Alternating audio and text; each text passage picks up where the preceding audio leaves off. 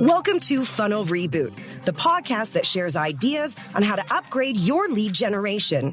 Here is your host, Glenn Schmeltzley. Hey, Glenn here. Welcome to Funnel Reboot. Today, we're doing some relationship counseling for sales and marketing teams who have a dysfunctional relationship. But first, I want to remind you that I really like getting your feedback on these episodes and helping me understand who you'd like to hear from next. You can tweet me or Instagram. I'm at Funnel Reboot on both the platforms. You can use LinkedIn. You can use our listener feedback line, 613-703-7073. No matter how you do it, I really want to know what you think. To today's show. It's an age-old phenomenon. Companies have been organized usually into siloed departments. And each of those departments is really structured, but there's not much coordination between them. And the place where this gets the most heated is sales and marketing. And what seems to strike the match in this tinderbox most is the topic of leads. It doesn't have to be this way. Some people claim that by pooling information from sales and marketing on leads and letting some patterns be found through data analysis and AI, they can tell when a lead is ready to buy, upsell, or churn. Now, two things are required to get this clear view of how revenue looks. First, it takes those groups coming together to jointly define the thresholds at each stage of a lead's lifecycle. And second, they should apply points to each action a lead takes, either manually or with layering some automation in. My guest believes that lead scoring systems not only bring pipeline visibility, but they improve the collaboration between sales and marketing. He has held several positions at places like BlackBerry and Hootsuite, always at the intersection of marketing and sales. Seeing how poor scoring led to frustration for all involved, he joined forces with two other serial startup entrepreneurs in 2020, and they co-founded Breadcrumbs, which is a revenue acceleration platform that uses co-dynamic lead scoring and has a routing engine.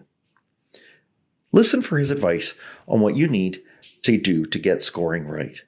And just as good communication helps keep couples together, the sales and marketing relationship needs good communication on where leads are at. Lead scoring could very well be the glue in this marriage.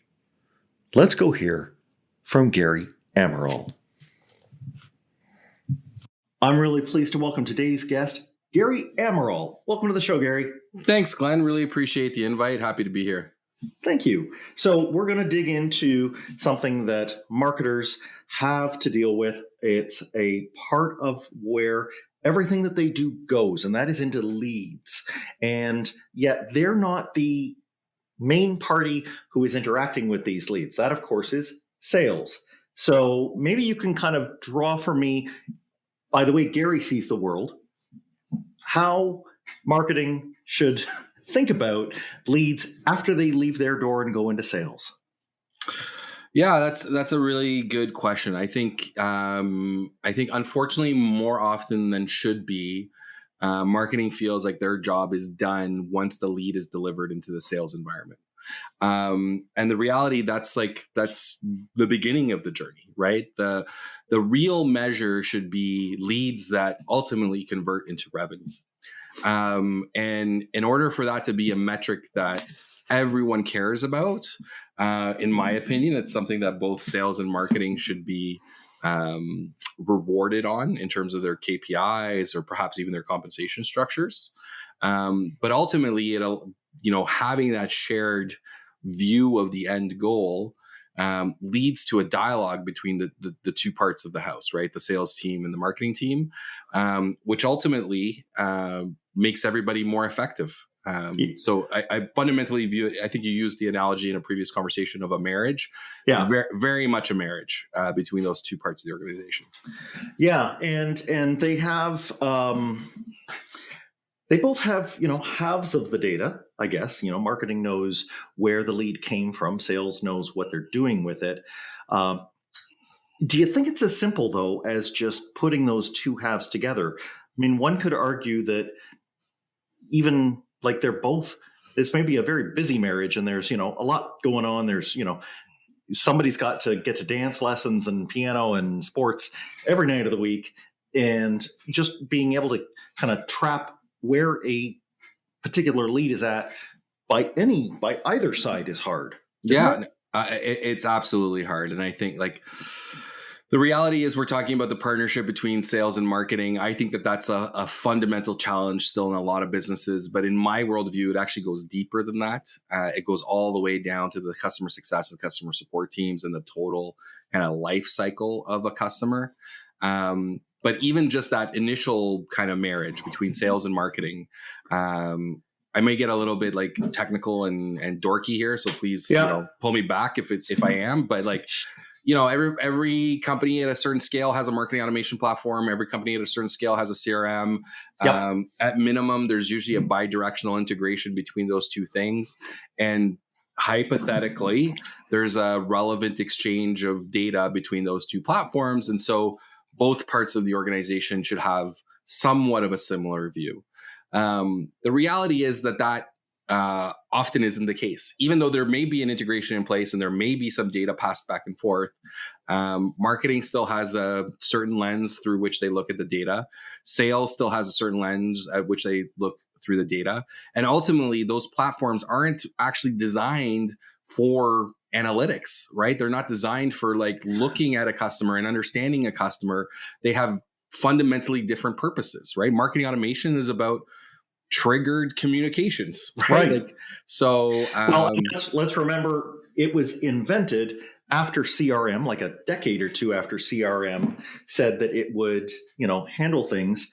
And I guess marketing automation came along because they realized, well, in between the time that the salespeople get on the phone and talk to the, person in the record in that system, we want something to happen. There should be some messaging sent out, right? So you've got, systems of different eras that may have bidirectional links. We could even get into the further complication of which leads are fully passed over to the CRM, versus which ones are still nurturing in marketing automation. So it's a jumble. Or the other way around, right? Once you've passed over a lead and sales has determined they've dispositioned it for some reason as not closed won, so closed lost for some reason. Yep. What happens? How do you reassign ownership of that? When does it qualify for marketing again? It is. Once you start digging into the nuts and bolts of it, it's complicated, right? And messy. And so, does this have a real impact? Let's, maybe flip it on its head here. Maybe somebody's saying, I don't care. It doesn't really matter. These emails, maybe they they land with the person and actually resonate with them, or that phone voicemail that the salesperson left. Maybe it matters. Maybe it doesn't. The systems are just kind of custodians of all this information. But you go bolder than that. You actually say that, no, if these systems aren't used properly, you're actually slowing down how quickly you could turn something into revenue. Oh, 100%. I think at the highest level, my commentary on how these systems are utilized across most businesses is that typically an organization will buy something that is outsized for them in terms of the power and complexity of the platform. Guilty. And then they use a fraction of the capabilities of it, right? And unlocking two aspects of this. One, unlocking the value that the data across these disparate disparate systems provides, when you make the relevant connections in terms of, where in the customer journey are they, what profile are they, what action have they taken most recently in your product, whatever it is. Yep. And then actually utilizing the capability of the platform to do what it's intended to do, actually have like a sophisticated set of triggered automated messaging relevant to the persona or the ICP and the customer journey stage. And like these things clearly move the needle, right? There's tons of research about it. I can give you tons of anecdotal proof points from my own career. But the reality is the vast majority of organizations don't do that for a variety of reasons, right? Like not enough talent within the organization that actually knows how to leverage these tools. A multitude of priorities, right? Like one of the at Breadcrumbs, one of the mantras for this year is do less, more, better. Because there's like the list of possible tactics, campaigns, executions that we can do is endless, but our resources are finite, right? So instead of trying to do everything kind of middling, let's do a few things really, really well. And I think one of those things, especially at an organization at scale, is leverage your data and leverage your technology to their maximum potential. Because let's face it, it's not cheap, right? If you have an enterprise grade Marketo instance or Eloqua or any of these solutions, you're paying through the nose, right? Yes. And yet, if we take those suite tools and we try to boil down where we're at with a particular lead so that we can give them those messages exactly when they need them, you've gone on record saying you think that they're too simplistic for how we do it. Either that or they're just so hard to use that actually marketers just boil it down too simply and water down the messages so much that it basically makes no difference. I think that's definitely the case when it comes to the communication strategies. I think it's definitely true often when it comes to audience management. And Glenn, like I started a company 2 years ago that focuses on lead scoring, contact scoring, because like that's a perfect example of something that like has tons of research supporting the fact that it moves the needle, both in terms of the speed of revenue attainment, the size of revenue attainment, and most platforms do it very poorly. And the implementation within those platforms by most organizations is very poor. Sure. Right. So let's kind of boil into that speed one for a second. So you've written and you've been one of the writers of this revenue acceleration manifesto. And in there, one of the things you say is that activities that we do to a contact come with a gravity to them. My words would be that there is a time decay associated, right? So it's all fine and good if there was a flurry of things, but if all of that happened 4 months ago and it's been crickets since, nobody should look at the stage that it was at 4 months ago and have in their foggiest dreams a sense that that's where it is today. Yeah. My co-founder, Armando, consistently says, every sophisticated operator worth their salt knows. And they know what? They know that if somebody is engaging with your brand, they're engaging with your product recently, they're doing it frequently, and they're doing a bunch of different activities, clearly that person is much more ready for at least a conversation related to your product than somebody who hasn't visited your website in months and they just drop into the homepage and fly off of it within a second or two. This is clearly intuitive. Like it's not rocket science. The reality is it's just hard to programmatically tie all those signals together, to layer in the recency and frequency variables into how you signal the intent, and then pass this to the right part of the organization to follow up. And, it's almost impossible to do in legacy marketing automation platforms well, especially when you factor in time. So like it's easy to see why many organizations view something like lead scoring, which is just the tip of the iceberg in terms of what we're trying to accomplish. But they view it as like a checklist item. We have to have lead scoring.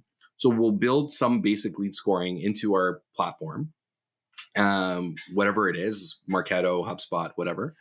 And then it largely goes ignored, right? Yeah. Or more importantly, it has no meaning, or more significantly, I should say, it has no meaning to the sales org, which is exactly the constituency that we're trying to serve, right? We're trying to make it easier for the sales team to say, oh my God, like this is the very first person I should be calling, because like, look at all the stuff they did, including visiting my pricing page 3 times in the last week, right? Like, obviously I want to talk to that guy as opposed to the person who's been reading, a blog that's clearly like very top of funnel and not a strong intent signal, right? When you speak it in plain language like this, everybody nods their head. Yes. But the implementation of it, that's a very different story. Tell me if you think this is true, because the lead scoring, and just staying with the recency and frequency side, this lead scoring stuff is probably not new to people who listen here. They probably have gone through their first onboarding, with a marketing automation system, and they were probably taken through, this is great. It's going to tell you what page they're looking at. And normally the ones I've popped my eyes under the hood at have everything turned on so that the moment even that top of funnel blog is touched by a identified prospect, off it goes to sales. Right. And so I think like many of us have seen this movie, and we know how this ends. It ends with, while everything's going to sales is actually now just numb to all those ones that are coming over. They did follow up for a while, but they have just learned to ignore. And this is a real problem with the recency and frequency if it's dialed up too high. Yeah, 100%. There's like actually a ton to unpack here, but like just kind of top 2 or 3 things that come to mind. One, this like narrative of sales and marketing, to extend your analogy, being in a bad marriage, right? Yeah. Like where the on the rocks. Yeah, communication is not good. When you are communicating, it's just pointing fingers about why things are bad. It very much a cliche. The sad truth is it's like often exactly the reality in many organizations, right?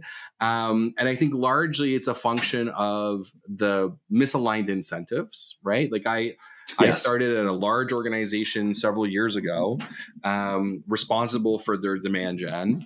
And one of the first things I discovered is that the event teams had somehow finagled an arrangement where anybody who attended an event was automatically an MQL and sent over to sales. I've seen similar. Yep. Right. In what world is simply attending an event a strong enough intent signal to have a salesperson follow up? Right. That salesperson is a valuable resource. They're a very expensive resource. You want them focused on things that are actually meaningful. Me doing a marathon stride down by the booths, going by each fishbowl, pitching my business card in, that doesn't count as a super deep contact? In my world, it doesn't. Okay. In my world, it doesn't. In some, it may. But I think it's a really silly way to look at things, right? And especially since we live in a world where like understanding the value of a lead or a prospect is not difficult to do. Right? With the combination of like subject matter expertise within the organization, the data that's available to us for human analysis, all of like the amazing tools from a machine learning perspective that can help us find hidden insights that are more difficult for humans to find.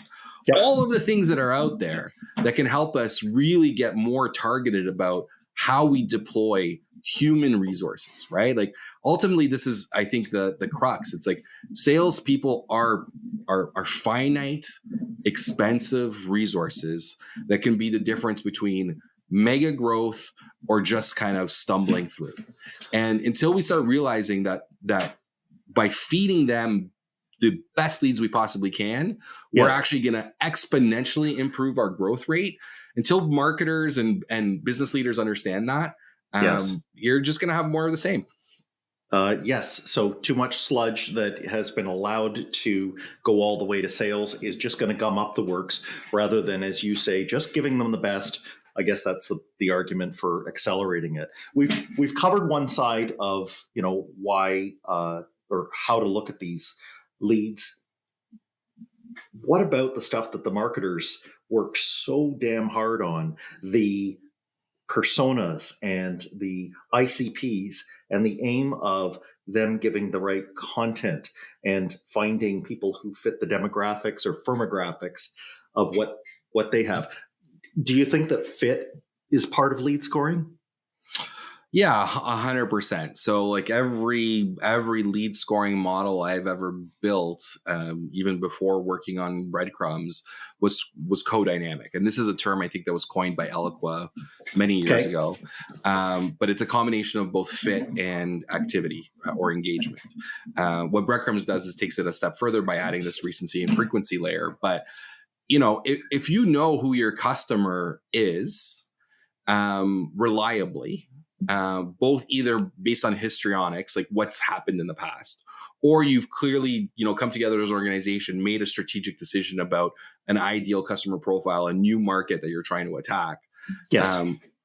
If you're collecting the right data, which I gave a talk this morning, if you had listened to it, zero party data, which is a new term for first party data.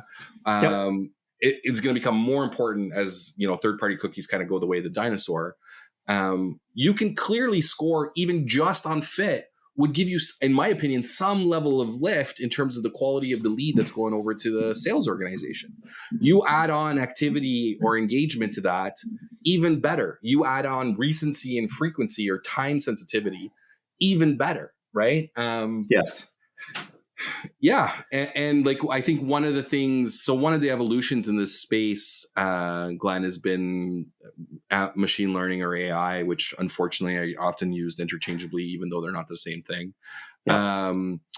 has kind of, to a certain extent, devalued marketing and even sales contribution to defining these personas, right? Like, what should these fit scores look like?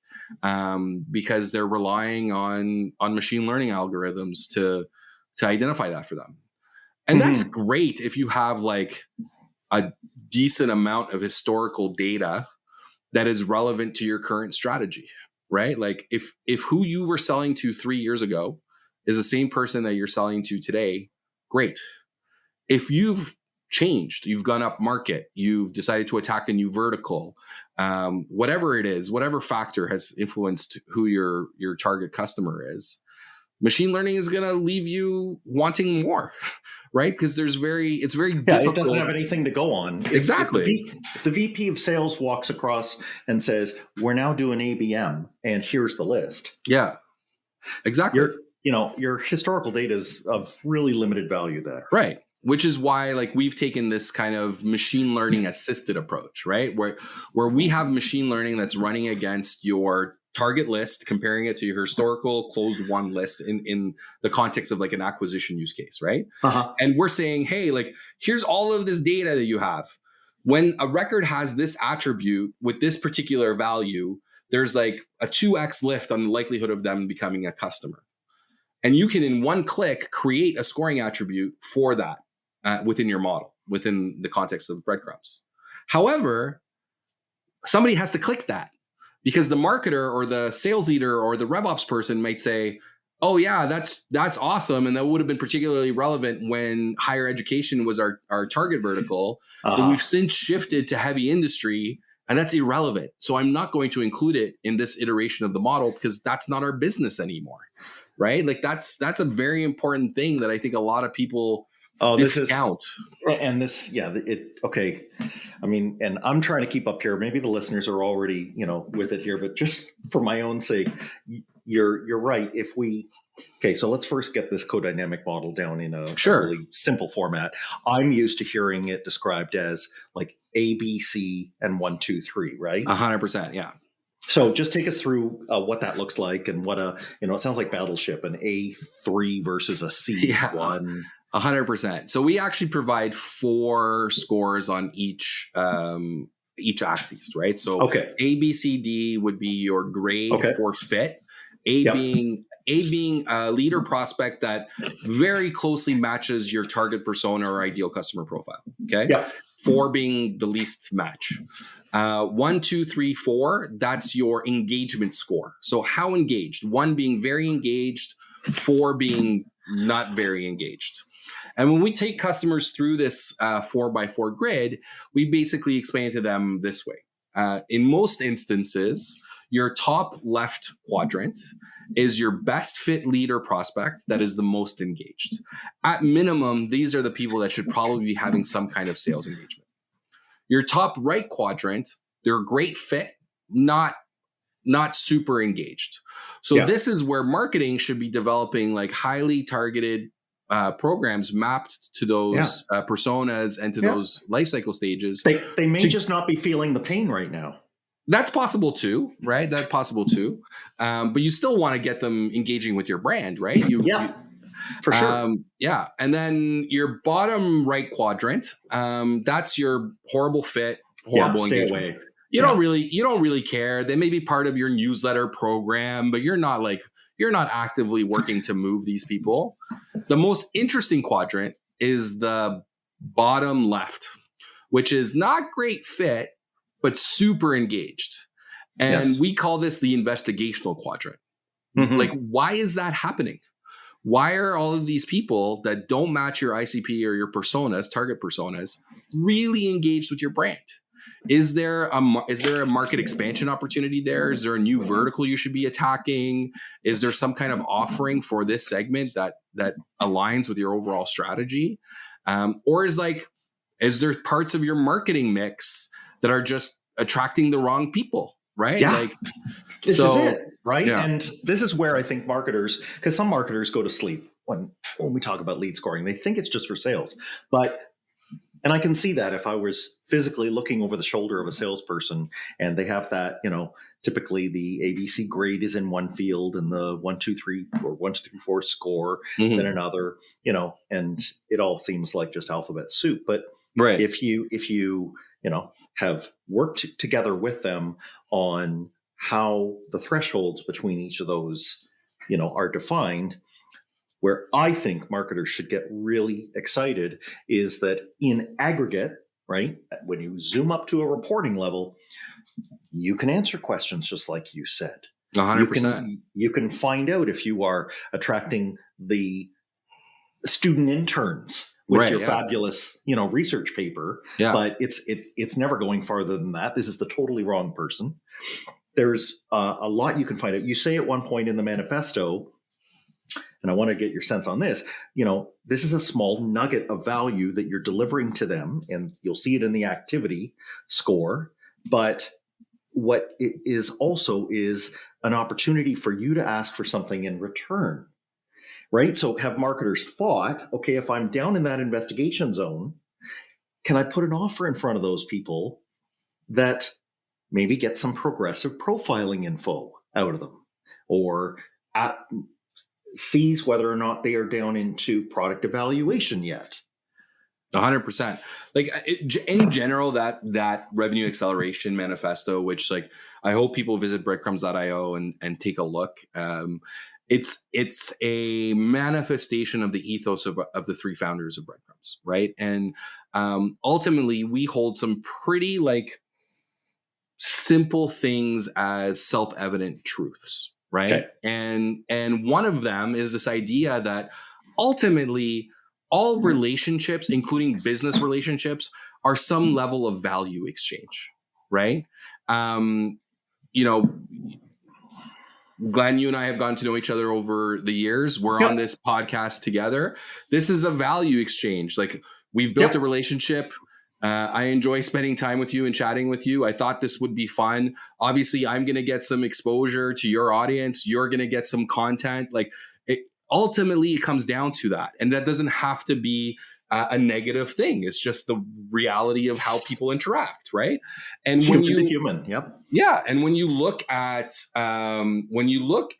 value exchange opportunities through the lens of lead scoring, you have different thresholds of what you can ask or what you need to give based on who they are and how much they care about your organization, which is reflected in their activity score, right? And so if let's boil it down to something super simple. You have a bunch of these people that are a horrible fit and they're super engaged. They clearly like your brand. There's clearly something appealing about what you do. You can send them a pretty lengthy survey to understand why. And I'm sure they would respond. Right? Good point. Like, why wouldn't they? Obviously, they like what you're giving them. They're opening your emails. They're visiting your website. They're like on your newsletter subscription list. Why wouldn't they tell you why they're visiting? And this is really important because, again, segmentation comes naturally to marketers. We want to remember that if we are rolling up our numbers like cost of acquisition of customer, CAC, is something that is encompassing both our, top left quadrant and all the other guys in all the other quadrants. Sure, yeah.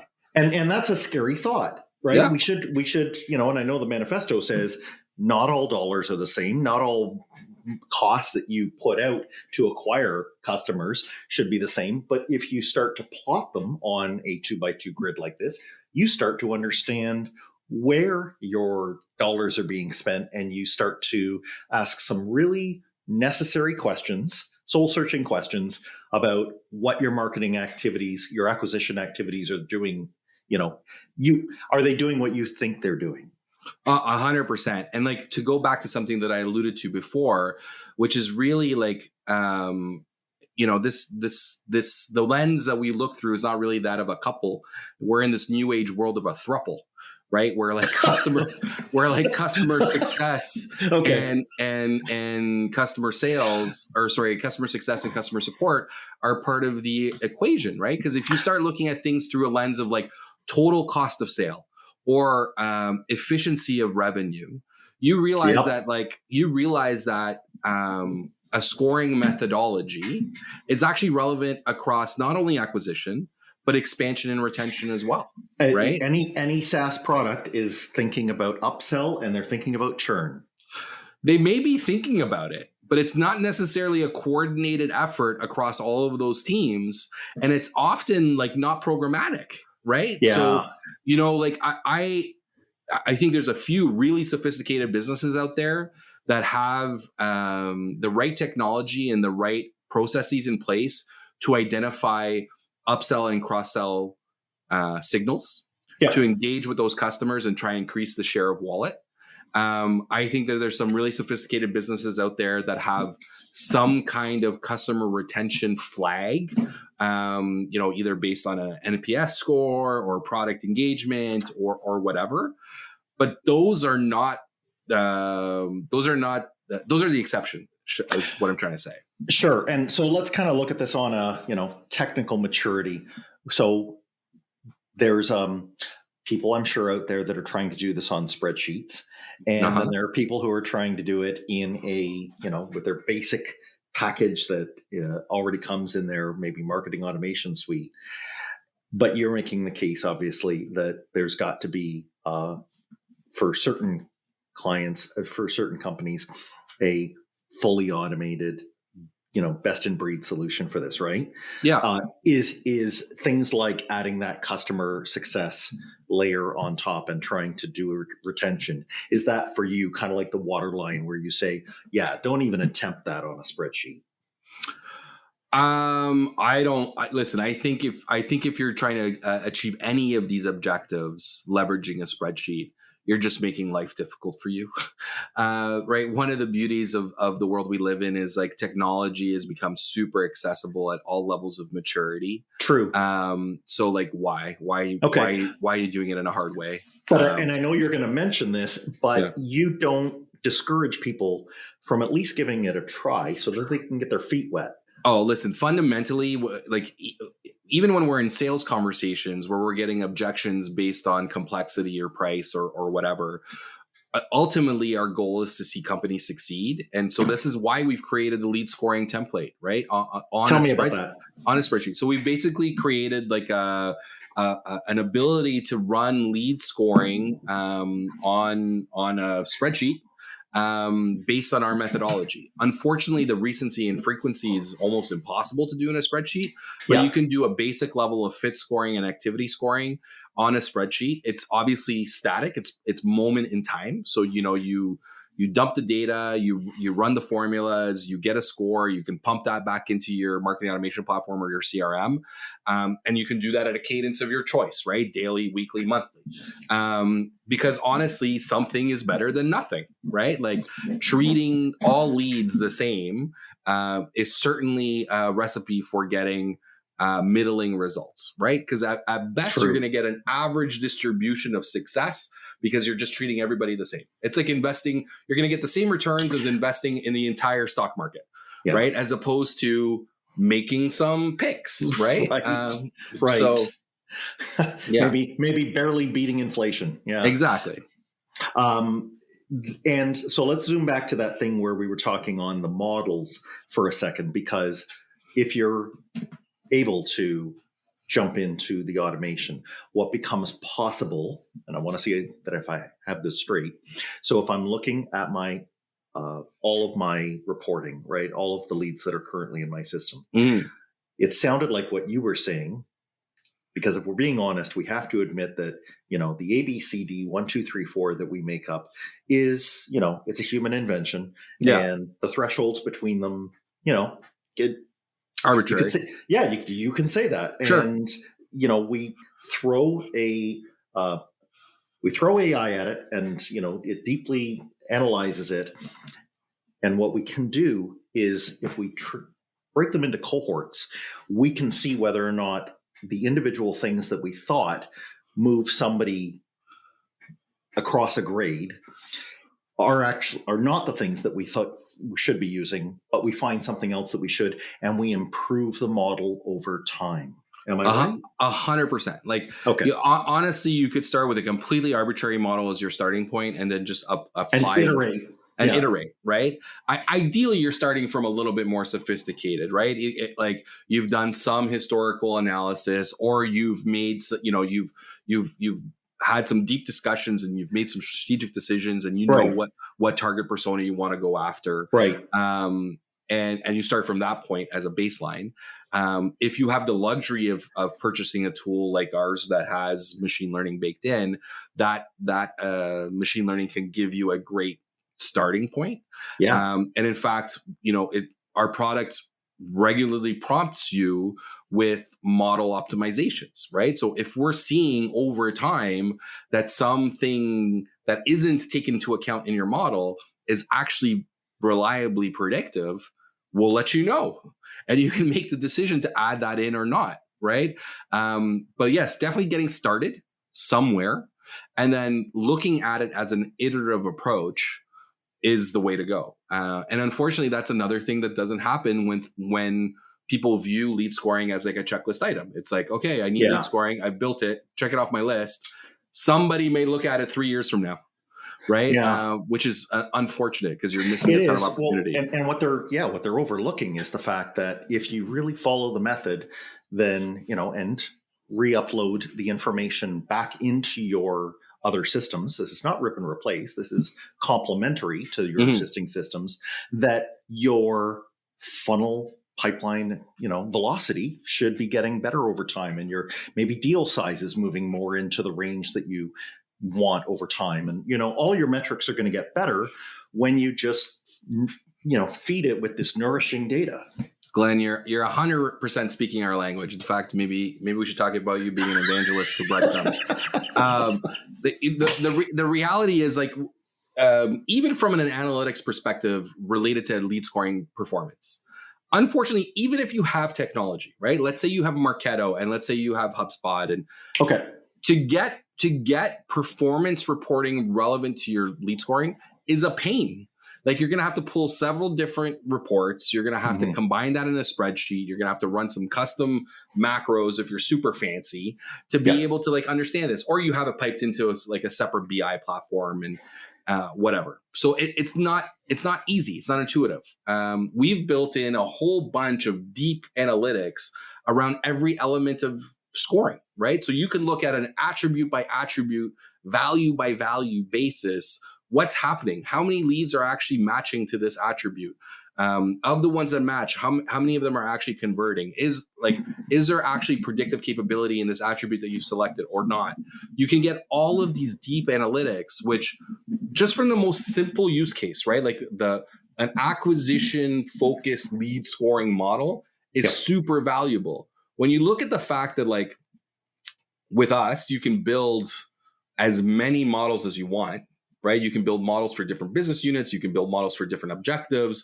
You can build models in an A/B testing scenario and compare one set of assumptions to another set of assumptions. When you look at the extensibility, like the possibilities are like endless, right? As long as somebody is willing to take the time and effort to actually like dig in and build these models, right? And optimize them over time.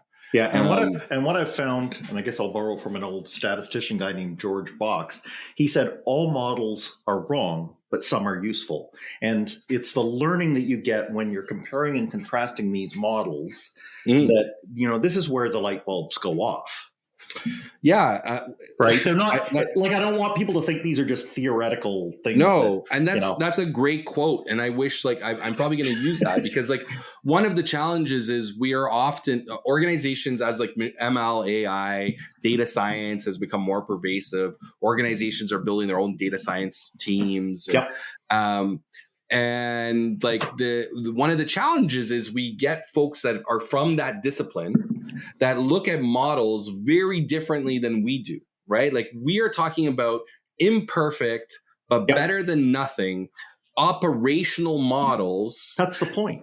Exactly. Where as opposed to like these like elegant, perfectly reliable machine learning models, which more often than not aren't valuable operationally, right? And they more resemble a science fair than they resemble a living, breathing company. Exactly. So we really try to have conversations with the operators, right? Like the CRO, the marketing ops team, the demand generation director or manager, because they understand the operational realities that they're facing and how something like this can really help them accelerate the quality and the time to revenue against their spend, right? Which is really what it comes down to.